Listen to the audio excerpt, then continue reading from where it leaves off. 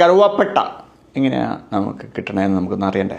ആദ്യം ഈ കറുവാപ്പട്ട മരത്തിൻ്റെ ഉപരിതലത്തിലുള്ള തോല് ഇതുപോലെ ചെത്തിക്കളയും. ഇതുകൊണ്ട് എന്താ ഗുണമെന്ന് വെച്ചാൽ, ഒന്ന് വൃത്തിയില്ലാത്ത ഭാഗം പോവും, പോരാത്തതിന് അതിൻ്റെ ഒരു ചവർപ്പ് കറ അതല്പം കുറയുകയും ചെയ്യും. പിന്നെന്താ ചെയ്യുന്നത് വെച്ചാൽ, കൃത്യമായ അളവിൽ ഇതുപോലെ കത്തി വെച്ചിട്ട് വരയ്ക്കും.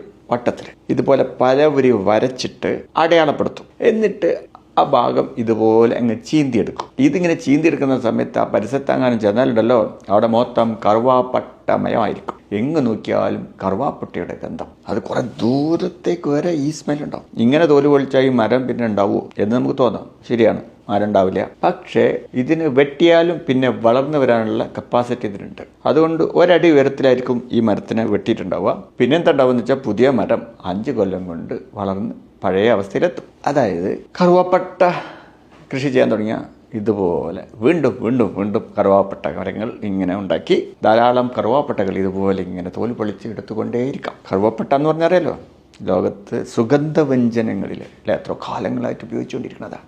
നമ്മളെ ബിരിയാണിയിൽ കറുവാപ്പട്ട ഇല്ലെങ്കിൽ എന്തായിരിക്കും അവസ്ഥ എന്നാലോചിച്ച് നോക്ക്.